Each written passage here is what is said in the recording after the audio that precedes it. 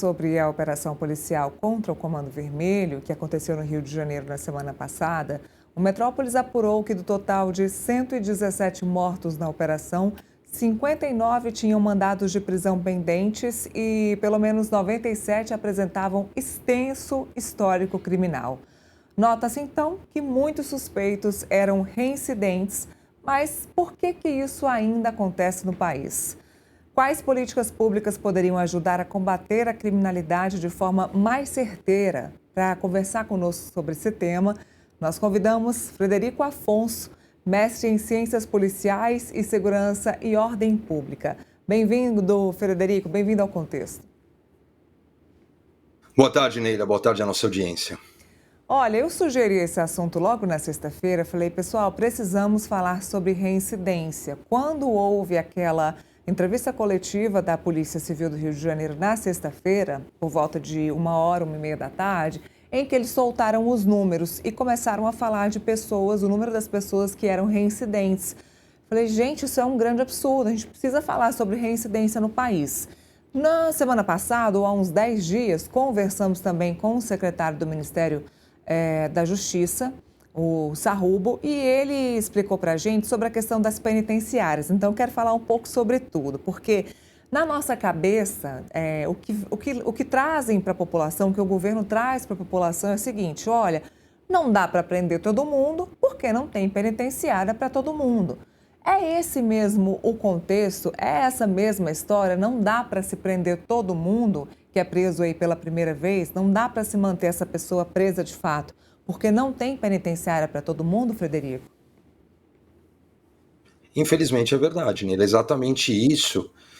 Eu estou na área de segurança pública há mais de 30 anos e também na sala de aula, e eu lembro que eu falava números então distantes dessa realidade atual, assim, pelo menos em algumas áreas ou alguns entes federativos, eu falava um pouco do estado de São Paulo, algo de 20 anos atrás, olha, nós temos 100 mil mandados de prisão expedidos, se prendêssemos todo mundo não teríamos onde colocar. Eu me lembro quando o ministro Gilmar Mendes presidia o STF, portanto o Conselho Nacional de Justiça, e eles fizeram um mutirão penitenciário e teve a participação da Controladoria Geral da União. Eles fizeram um estudo, acredito que qualquer pesquisa deve encontrar, então só imaginar quantos anos isso já tem, que precisava naquele momento investir algo em torno de 5 bilhões para o sistema penitenciário, vamos assim dizer, dar uma respirada. O sistema penitenciário, Leila, ele é complicado porque o que acontece? Ele não gera voto, ninguém quer uma penitenciária na sua cidade, né? Eu falo muito isso nas aulas de organização administrativa, eu leciono Direitos Humanos e Direito Constitucional há 25 anos, e eu falo o seguinte, olha, tirando Brasília, que a pessoa acaba pisando, então em Brasília, no restante do país você não pisa no estado, você não pisa na União, você pisa no município. Então não adianta eu falar de uma penitenciária estadual ou federal, ela vai para alguma cidade, excetuando Brasília, que é a capital federal. Então você negocia muitas vezes com o prefeito, olha, eu te dou uma FATEC, eu amplio algumas instalações da sua Santa Casa. Insisto, ninguém quer uma cadeia, por menor, melhor, pior que seja, no seu território. O que isso quer dizer? Primeiro, que não gera capital político, na verdade gera um déficit político. Há manifestações, representações contra aquela autoridade municipal, contra os deputados daquela região, os vereadores da base. Não é, a gente fala muito hoje assim, é o ganha-ganha. Na verdade, é o perde-perde. Então, primeira questão é essa. Segundo, quando você hoje pesquisa, bem tranquilo, portais da transparência nos quase 5.600 municípios existentes no país, a sua grande maioria está deficitária, né? Município, estado, não gera prejuízo ou gera lucro, né? Ele tem uma gestão pública a fazer. Quando você estuda um pouquinho isso de administração direta ou indireta, você sabe que muitas vezes o ente federativo pode entrar numa questão de prestação de serviço público sabendo que ele vai ser deficitário. A gente não fala em prejuízo. O que eu quero dizer? As políticas públicas de prevenção primária que começam no município, começa com o município deficitário, que depende, então, de algum tipo de repasse do Estado ou da União. Numa linguagem popular, a conta não fecha. Então você tem uma série de problemas iniciais. Não adianta eu querer investir hoje 5, 10, 15 bilhões no sistema penitenciário. Primeiro, aqui não é falar de política, basta abrir o jornal. Temos uma ruína de política fiscal, ou seja, não temos de onde tirar. Vai ter que contingenciar de alguma pasta alguma questão.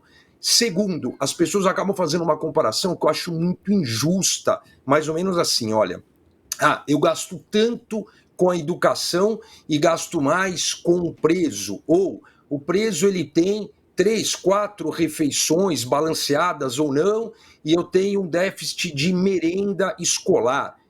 É das comparações mais bizarras e sem técnicas que existem. Eu tenho que enxergar como um todo. Se eu não invisto na política penitenciária, eu estou jogando dinheiro fora. Se eu não tenho a verba mínima para investir na educação, é uma outra questão que também deve ser analisada com a urgência.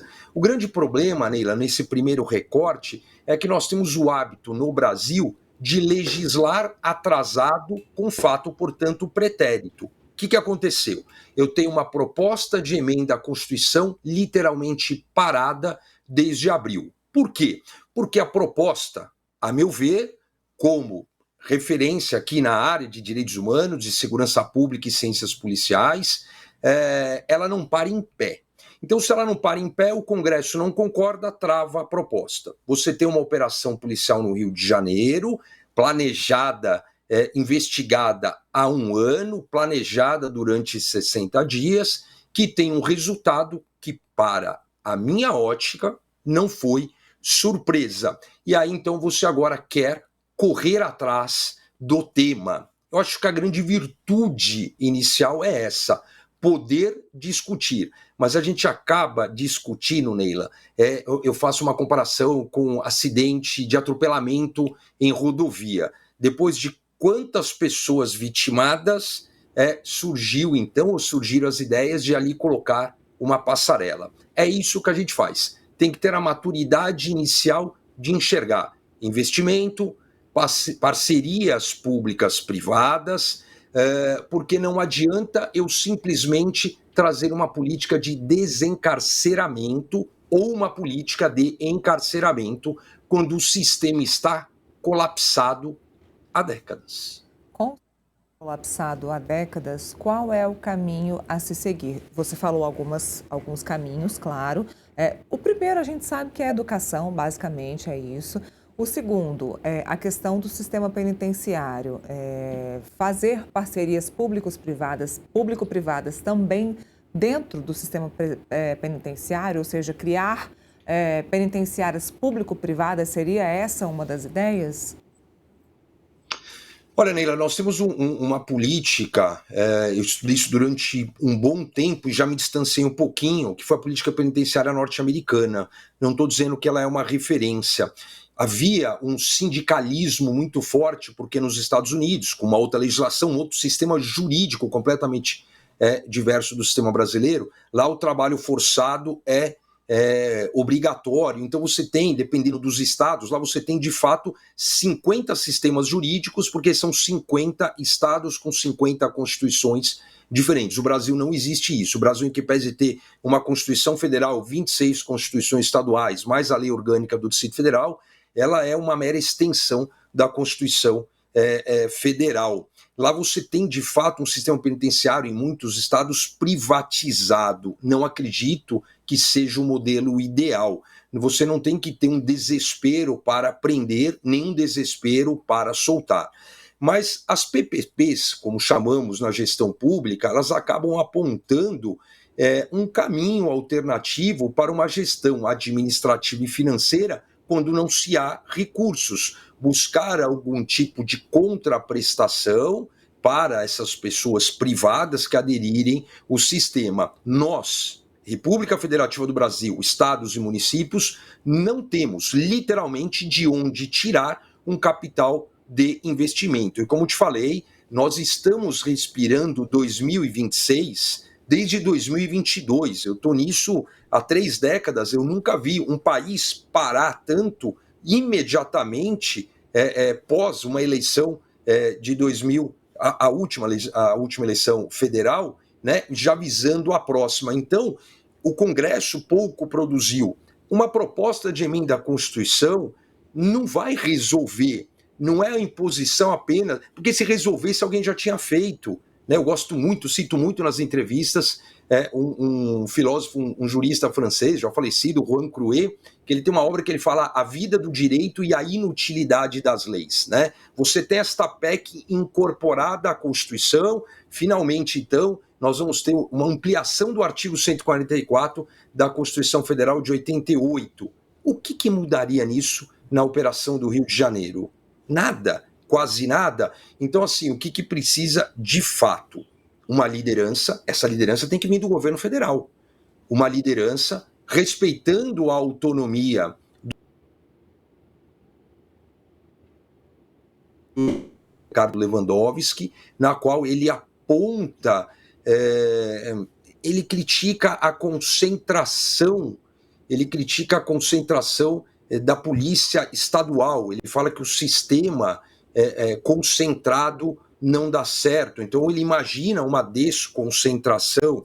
Eu acredito que você precisa sentar à mesa e discutir. Mensalmente, 27 secretários estaduais, 26 estaduais, mais o secretário distrital de Segurança Pública, Dr. Mauro Sarrubo como secretário nacional, e discutir ciência policial. O que eu vejo, Neila, infelizmente, é muito jurista. Eu sou advogado, eu sou professor de direito, mas o que eu vejo é muito jurista discutindo ciência policial e confundindo com segurança pública.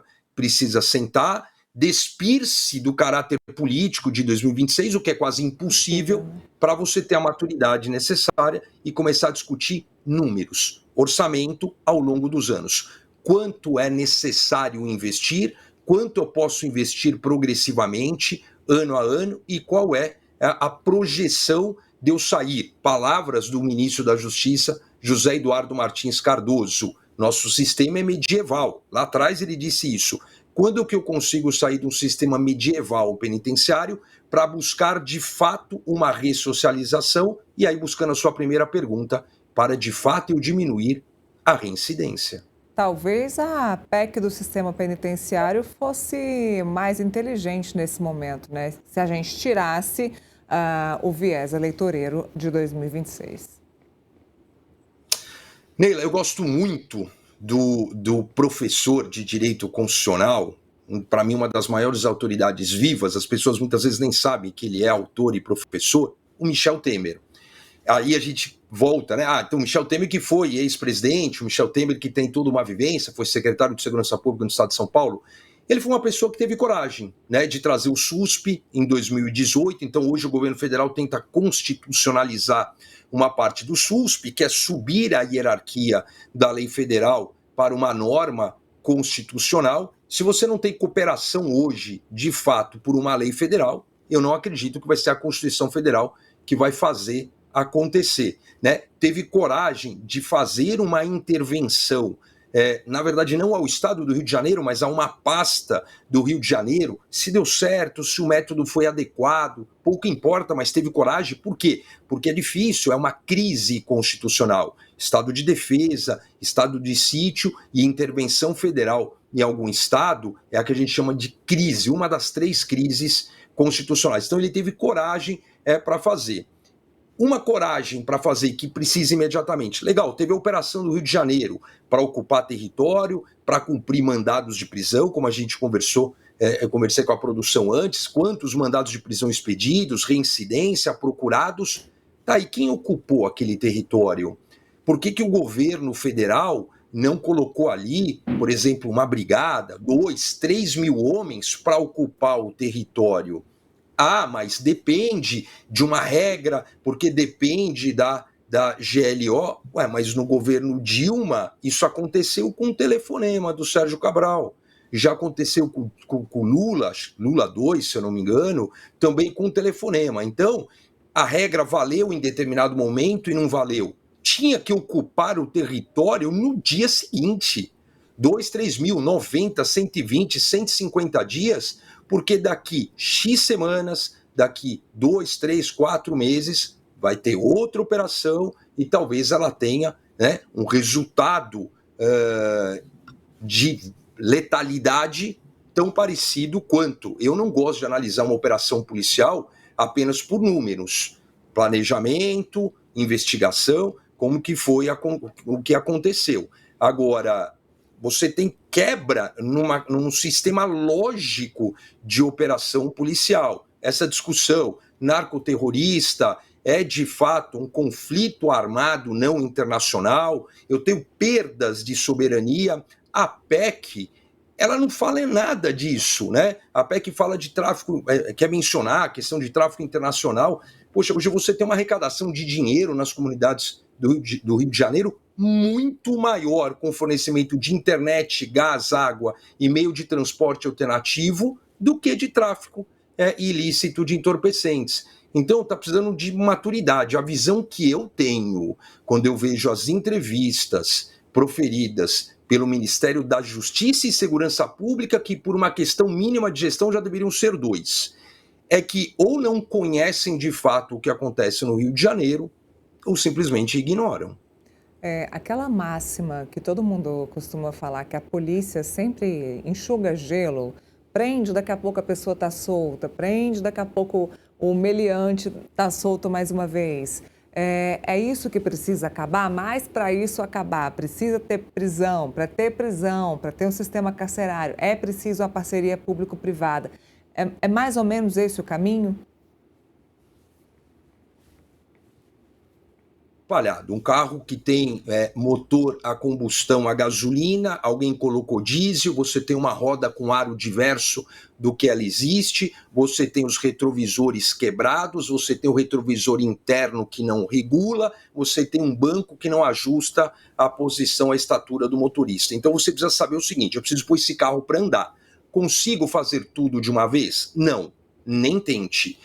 O que eu preciso fazer imediatamente? Eu preciso sentar, conversar e ver números, orçamento, qual é o colapso do sistema penitenciário, o que eu consigo fazer agora? Eu lembro como o ministro Ricardo Lewandowski assumiu o Ministério da Justiça e Segurança Pública, com uma semana você teve aquela fuga, que fuga atrapalhada na prisão federal de segurança máxima de Mossoró.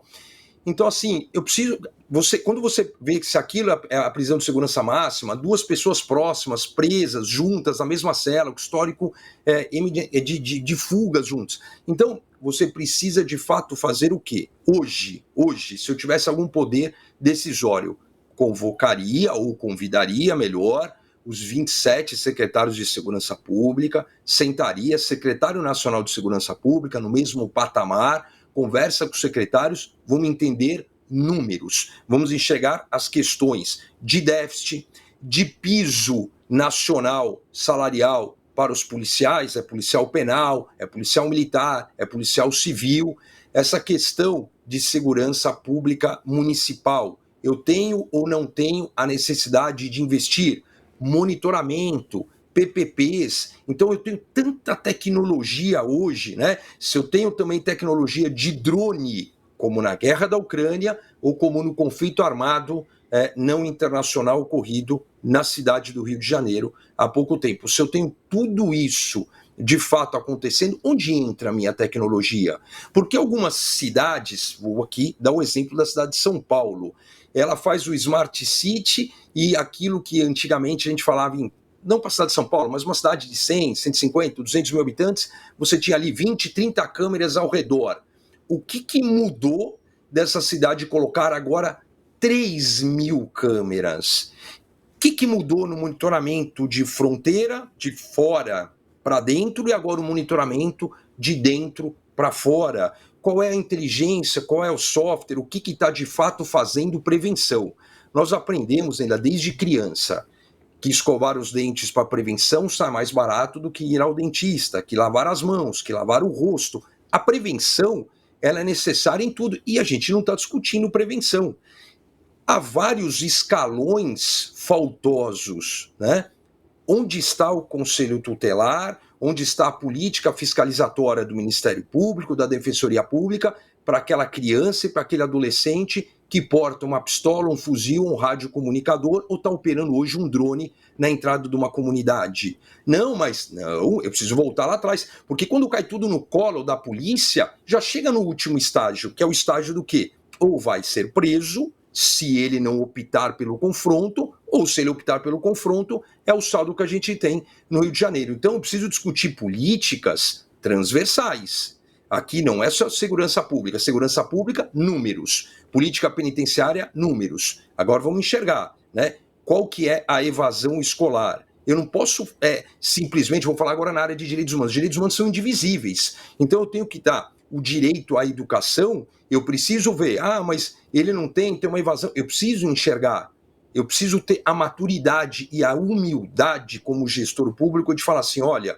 eu tenho tanta evasão, qual é o mapa? 1 ano de investigação. Você tem ideia do que as polícias do Rio de Janeiro têm de fonte de informações de 1 ano de investigação?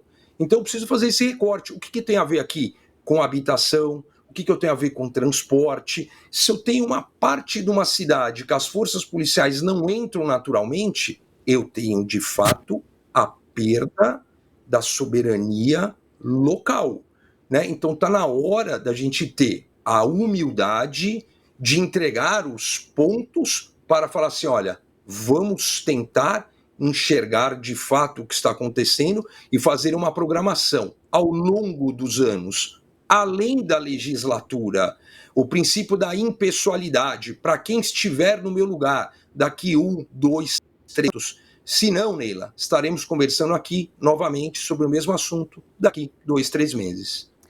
Bom, torcer para que alguém abra o olho e resolva, como eu disse, criar outro tema, a PEC da política pública, a PEC das penitenciárias ou a PEC enfim, algo que abra o olho para esse lado, que não seja só o lado da segurança pública criminal.